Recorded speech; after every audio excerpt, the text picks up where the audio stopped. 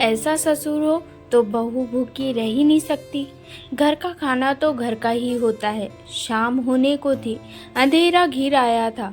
घर की बहू विद्या फटाफट रसोई में हाथ चला रही थी। आज ननद नंदोई जी आने वाले थे। अब ननद नंदोई जी आ रहे हैं तो मौसी सास और मौसा जी भी भला आएंगे ही।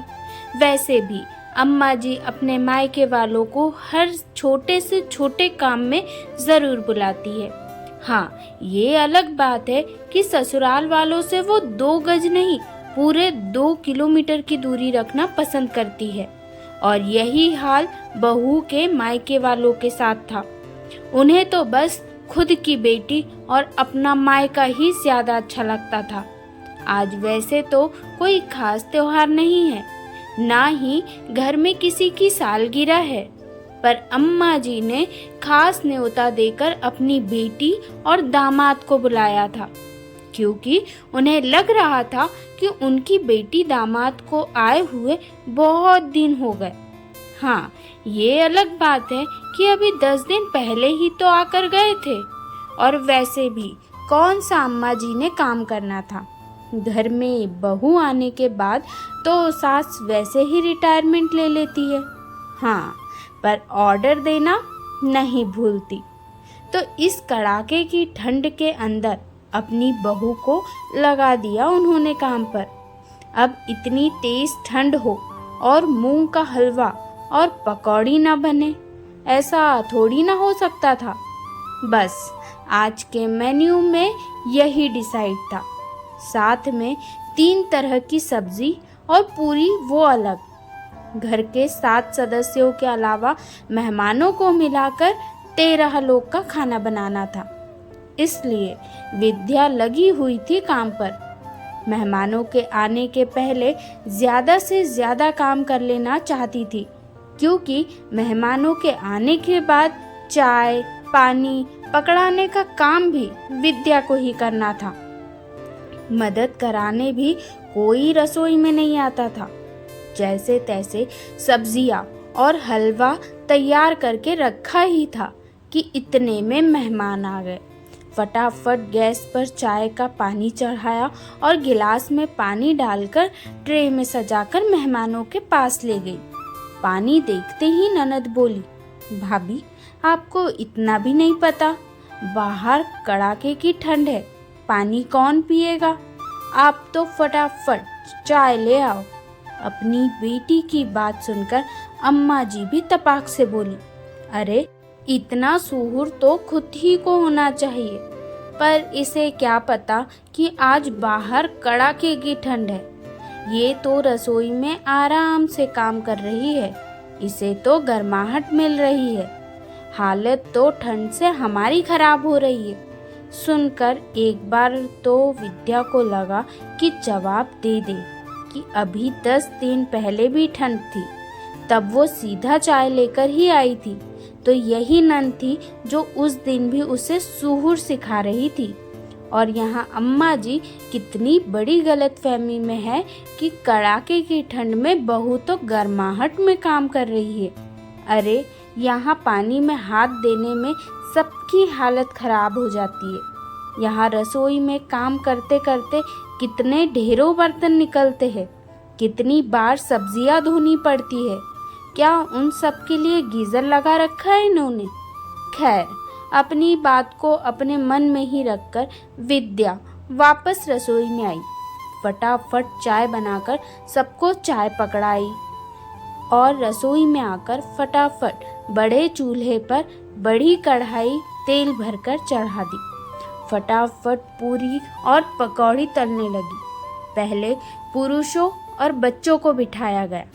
अम्मा जी, मौसी जी और ननद मनुहार कर कर के उन्हें खिलाने लगी। मनुहार के नाम पर जबरदस्ती थाली में एक्स्ट्रा खाना डाले जा रही थी। जब पुरुष और बच्चे खाना खाकर उठे तो थाली में काफी कुछ झूठा पड़ा हुआ था। उसके बाद बैठी महिलाएं, लेकिन उन महिलाओं में घर की बहू का नाम नहीं था। अम्मा जी बड़ी मनुहार कर करके अपनी बेटी, बहन और भांजी को खाना परोस रही थी। और फिर वही हुआ, इनकी थाली में भी झूठन पड़ा हुआ था। मौसा जी अपने परिवार के साथ खाना खाकर रवाना हो गए, पर ननद और नंदोई अभी वहीं थे। अभी विद्या का खाना खाना बाकी था।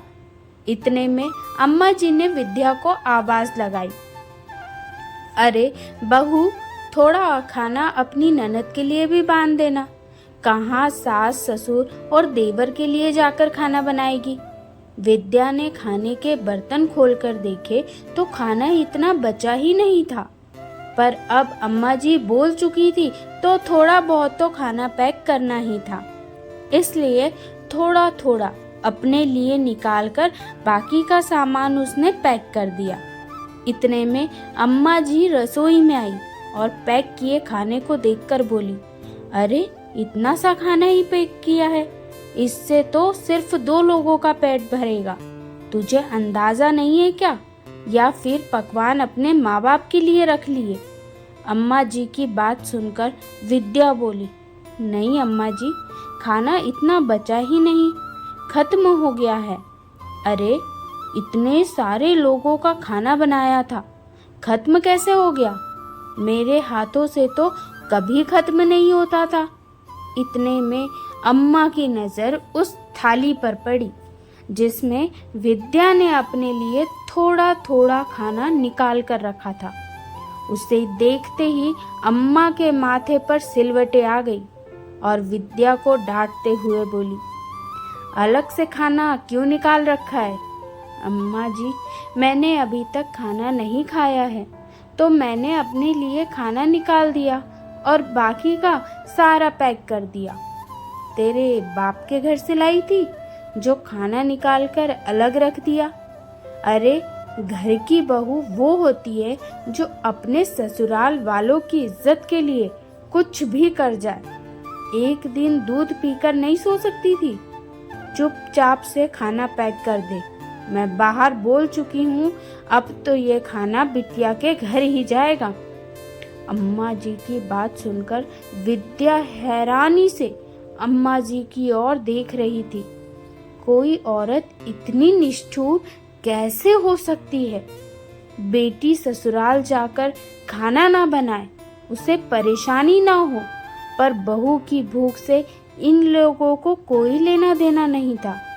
विद्या देखती ही रह गई और अम्मा जी ने वो थाली भी साफ कर पैक करके दे दी। जब तक विद्या पूरी तरह से होश में आती, तब तक ननद रानी खाना लेकर जा चुकी थी। पर विद्या उन लोगों में से नहीं थी जो चुपचाप रह जाए। बस उसने इस तरह के व्यवहार की उम्मीद नहीं की थी। घर के बाकी सदस्यों को तो पता भी नहीं था कि खाना खत्म हो चुका है। अम्मा जी तो थकावट का बहाना कर अपने कमरे में जाकर आराम करने लग गई। अभी सब सोने की तैयारी कर ही रहे थे कि इतने में डोरबेल बजी। सब हैरान रह गए कि इस समय कौन आया होगा। खुद बाऊजी ने जाकर दरवाज़ा खोला तो सामने एक लड़का खड़ा था। उसने बाऊजी से कहा, मैं डिलीवरी बॉय हूँ, आपके घर से खाने का ऑर्डर था। उसकी बात सुनकर बाबूजी बोले, अरे तुम्हें कोई गलतफहमी हुई होगी बेटा, हमारे घर से तो कोई ऑर्डर नहीं किया गया है।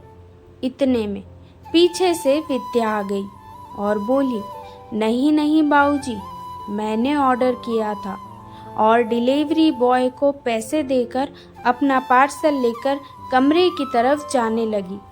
तब तक घर के बाकी सदस्य भी बाहर निकल आए।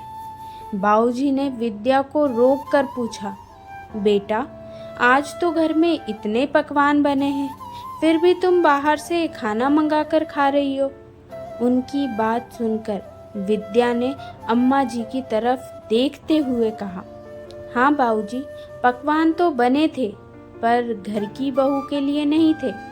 चाहे खाना मनुहार के नाम पर कूड़े में फेंक दिया गया हो, पर बहू के लिए थोड़ा सा खाना छोड़ना भी किसी ने ठीक नहीं समझा। अपनी इज्जत के नाम पर बहू को दूध पीकर सोने के लिए कहा जा रहा है, पर मैं समझौता करने वालों में से तो हूँ नहीं। मुझे भूखे पेट नींद नहीं आती और दूध से मेरी भूख नहीं मिटती। रात के 10 बज रहे हैं और दोपहर से इतनी मेहनत करते करते मैं थक चुकी हूँ, इसलिए अपने लिए खाना ऑर्डर कर लिया, कहकर विद्या अपने कमरे में जाकर खाना खाने लगी। पीछे से बाऊजी अम्मा जी को लताड़ रहे थे। आज के बाद मेहमान बुलाने से पहले सोच लेना, मनुहार और बर्बादी का फर्क नहीं पता तुम्हें। खाना पेट भरने के लिए है, फेंकने के लिए नहीं है। कितना खाना तुमने मनुहार के नाम पर बर्बाद कर दिया। ऊपर से बेटी को ससुराल जाकर खाना ना बनाना पड़े, इसलिए बहू के हिस्से का खाना भी उसके लिए ही पैक कर दिया। अपनी बेटी के लिए खाना पैक करना ज़रूरी था क्या? जो खाना बना रही थी उसके लिए खाना नहीं बचा? खबरदार, आज के बाद मैंने सुना कि बहू के लिए घर में खाना ही नहीं बचा। बाऊजी के गुस्से के आगे अम्मा जी कुछ बोल ही नहीं पाई। वो दिन था और आज का दिन है। जब भी घर में मेहमान आते तो खुद बाऊजी रसोई में जाकर ज़रूर चेक करते कि बहू के लिए खाना बचा है या नहीं। साथ ही साथ मनुहार के नाम पर खाना कूड़े में ना फेंकने देते। दोस्तों, आपको ये प्यार भरी कहानी ससुर के तरफ से किया गया बहू के लिए छोटा सा योगदान कैसा लगा? कमेंट करके ज़रूर बताएं। चैनल पर नए हैं तो सब्सक्राइब करना ना भूलें। धन्यवाद।